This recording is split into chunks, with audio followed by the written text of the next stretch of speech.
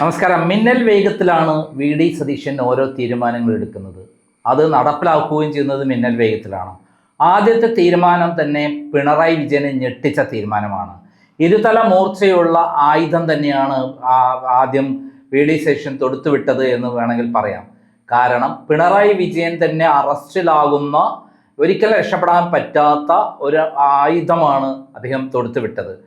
അതായത് ആലപ്പുഴ AV തോമസിനെയും അതേപോലെ അജയിനെയും ക്രൂരമായി മർദ്ദിച്ച സംഭവത്തിൽ അന്വേഷണം ഉത്തരവിട്ട് തുടരന്വേഷണം പ്രഖ്യാപിച്ചുകൊണ്ടുള്ള വി സതീശൻ്റെ ഉത്തരവാണ് ഏറ്റവും പ്രധാനമായിട്ട് ഇപ്പോൾ കേരളം ചർച്ച ചെയ്യപ്പെടുന്നത്.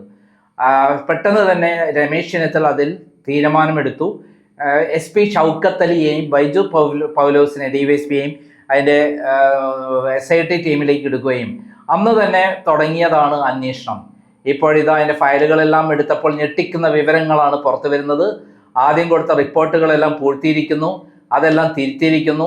കൃത്യമായി പോലീസ് കൊടുത്തിരിക്കുന്ന മൊഴികൾ പ്രകാരം, അതായത് ഇതിന് അന്വേഷണം നടത്തിയ പോലീസ് കൊടുത്ത മൊഴികൾ പ്രകാരം കൃത്യമായി ഈ പറയുന്ന അന്വേഷണത്തിൽ പിണറായി വിജയൻ്റെ അംഗരക്ഷകർ എന്ന് പറയുന്ന ഗവൺമെന്റ്മാർ ദണ്ട് ഉപയോഗിച്ച് ക്രൂരമായി AV തോമസിനെ അജയനെയും ക്രൂരമായി മർദ്ദിച്ചത് നിയമവിരുദ്ധമാണെന്നും അവർക്ക് ജാമ്യം കിട്ടാത്ത വകുപ്പ് പറയാൻ ശിക്ഷിക്കപ്പെടേണ്ടതാണെന്നുള്ള കാര്യമാണ് ഇപ്പോൾ പുറത്തു വന്നിരിക്കുന്നത്.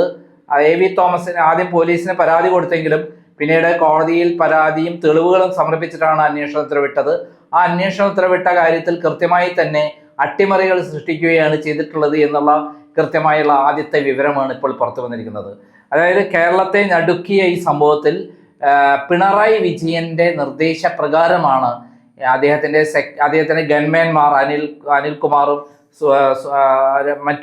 മറ്റൊരാളും കൂടി ഇറങ്ങിച്ച് 3-4 പേര് കൂടി ഇറങ്ങിച്ചത്, അംഗരക്ഷകർ അവരുടെ കാറിൽ നിന്ന് ഇറങ്ങിച്ചെന്ന് ആലപ്പുഴ വെച്ച് ക്രൂരമായി കറുത്ത കൊടി കാണിച്ച് പ്രതിഷേധിച്ച അജയനെയും അതേപോലെ AV തോമസിനെയും ക്രൂരമായി മർദ്ദിച്ചത്. ഇപ്പോൾ പിണറായി വിജയൻ നിയമസഭയിൽ വരുമ്പോൾ പിണറായി വിജയനെ കീറി മുറിക്കാൻ റെഡിയായിക്കൊണ്ട് AV തോമസ് നിയമസഭയിൽ ഉണ്ടാകും.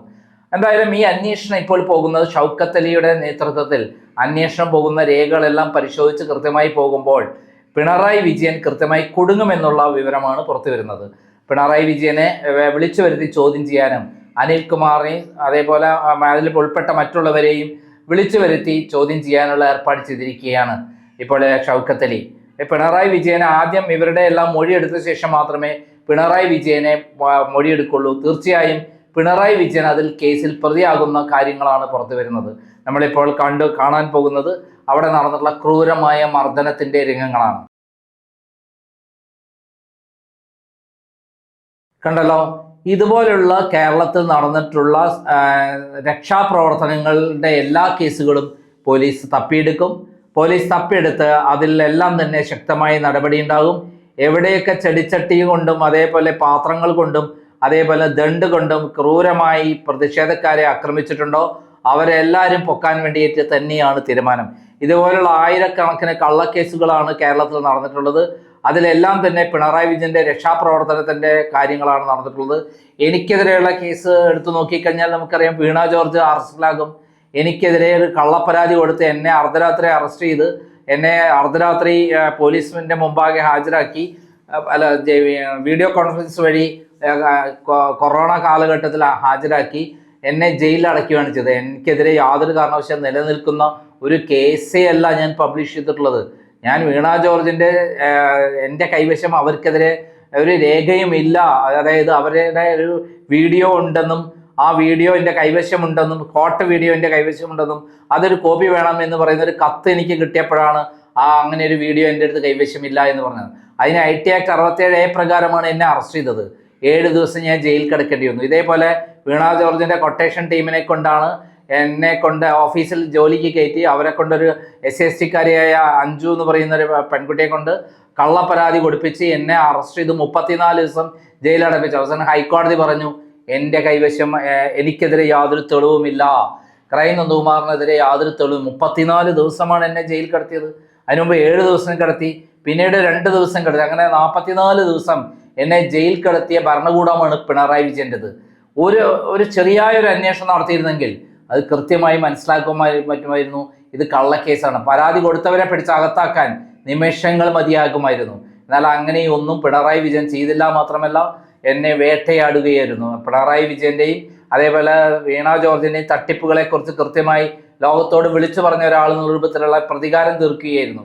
ലാവ്ലിൻ കേസിലുള്ള വിരോധമായിരുന്നു പിണറായി വിജയനോട് തുടക്കം മുതലേ ഉണ്ടായിരുന്നത്. 2005 മുതൽ പിണറായി വിജയൻ നടത്തിയിട്ടുള്ള ഇത്തരം തട്ടിപ്പുകളെ തുറന്നു കാണിക്കുന്നത് ക്രൈമാണ് തുടങ്ങി വെച്ചത്. 2005 ക്രൈമിന്റെ കവർ പേജിൽ പ്രസിദ്ധീകരിച്ചത് കേരളം കണ്ട ഏറ്റവും വലിയ അഴിമതി വീരൻ എന്നായിരുന്നു. ലാവ്ലിൻ കേസിൽ അദ്ദേഹം ഏകദേശം 300 കോടിയോളം രൂപയാണ് തട്ടിയെടുത്തത്. മലബാറിലെ പാവപ്പെട്ട ക്യാൻസർ രോഗികൾക്ക് വേണ്ടി കിട്ടിയ കനേഡിയൻ ഗവൺമെന്റ് കൊടുത്ത ഫണ്ടിൽ 75 കോടി രൂപ പിണറായി വിജയന്റെ ഭാര്യയുടെ പേരിലുള്ള കമല റഷ് എക്സ്പോർട്ടിംഗ് കമ്പനി സിംഗപ്പൂരിലേക്കാണ് 75 കോടി രൂപ പോയത്. യഥാർത്ഥത്തിൽ മലബാർ ക്യാൻസർ സെന്ററിലേക്ക് മാത്രമേ ഈ പണം അയക്കാവൂ. അങ്ങനെയാണ് അദ്ദേഹത്തിന്റെ മകൻ 3 കൊല്ലക്കാലം സിംഗപ്പൂരിൽ പോയി താമസിച്ച ഫാരിസ് അബൂക്കറിന്റെ കൂടെ താമസിച്ച് ആ കള്ളപ്പണം നിക്ഷേപം സുരക്ഷിതമാക്കി വെച്ചത്. എന്നാൽ പിന്നീട് എൻ്റെ പരാതി പ്രകാരം ആ ഫണ്ട് ഉടനെ തന്നെ പസഫിക് കൺട്രോൾസിലേക്ക് മടങ്ങിപ്പോയി. ആ സന്ദർഭത്തിൽ എന്ത് ചെയ്തു പിണറായി? ആ സന്ദർഭത്തിൽ ഞാൻ എൻ്റെ അന്വേഷണ സമയത്ത് കൊടുത്തത് അവർ അന്വേഷിച്ച് കണ്ടുപിടിച്ച് ഇപ്പോൾ അങ്ങനെ ഒരു സ്ഥാപനം ഇല്ല എന്നുള്ളതാണ്. അതായത് എക്സാലോജിക് എന്ന കമ്പനി അടുത്ത കാലത്ത് പൂട്ടി സ്ഥലം വിട്ടു.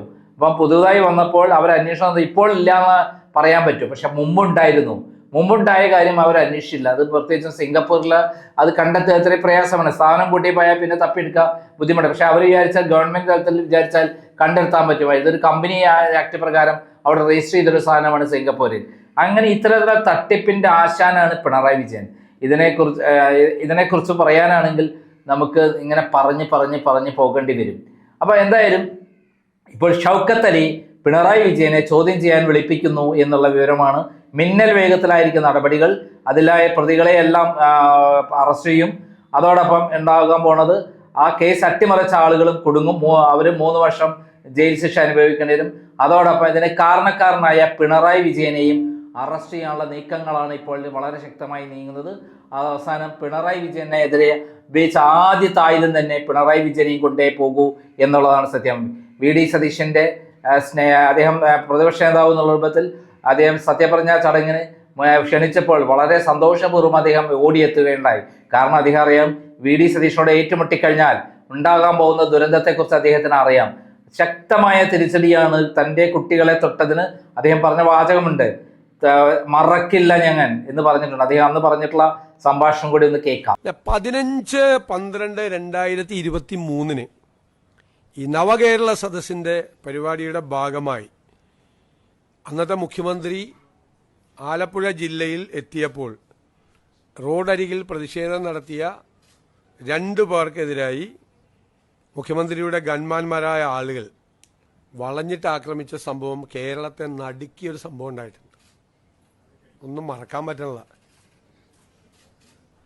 അതിൽ അല്ലേ നമ്മളതിൻ്റെ രാഷ്ട്രീയ പ്രതികാരത്തിനൊന്നും അല്ല പോകുന്നത്. ബഹുമാനപ്പെട്ട ആലപ്പുഴ മജിസ്ട്രേറ്റ് കോടതി നവംബർ 8, 2024 ഒരു ഉത്തരവിട്ടിട്ടുണ്ട്. എന്താണ് ഉത്തരവ്? അതൊരു അന്വേഷണം നടത്തണം, പുനരന്വേഷണം നടത്തണം. കാരണം ഇവർ പറഞ്ഞത് ഒരു തെളിവുമില്ല എന്നാണ് പറഞ്ഞത്. അപ്പോൾ വീഡിയോ ഉണ്ടെന്ന് പറഞ്ഞു, വീഡിയോ ഇല്ല എന്ന് പറഞ്ഞു. അപ്പോൾ ഇവർ വീഡിയോ ഹാജരാക്കിയപ്പോൾ കോടതിക്ക് അത് ബോധ്യമായി. കാരണം മുഖ്യമന്ത്രിയെ രക്ഷിക്കുന്നതിന് വേണ്ടിയിട്ടല്ല, ഞാൻ എൻ്റെ മെറിറ്റിലേക്കൊന്നും പോകുന്നില്ല, ബോധ്യമായി. അപ്പോൾ കോടതി ഒരു പുനരന്വേഷണത്തിന് ഉത്തരവിട്ടിട്ട് ഇതുവരെ അന്വേഷണം നടത്തിയിട്ടില്ല. അപ്പോൾ നമ്മൾ നടത്തണ്ടേ? നിയമപരമായ ഇതല്ലേ. അതുകൊണ്ട് അതിനൊരു സ്പെഷ്യൽ ഇൻവെസ്റ്റിഗേഷൻ ടീം ആ കേസ് അന്വേഷിക്കും. നന്ദി, നമസ്കാരം.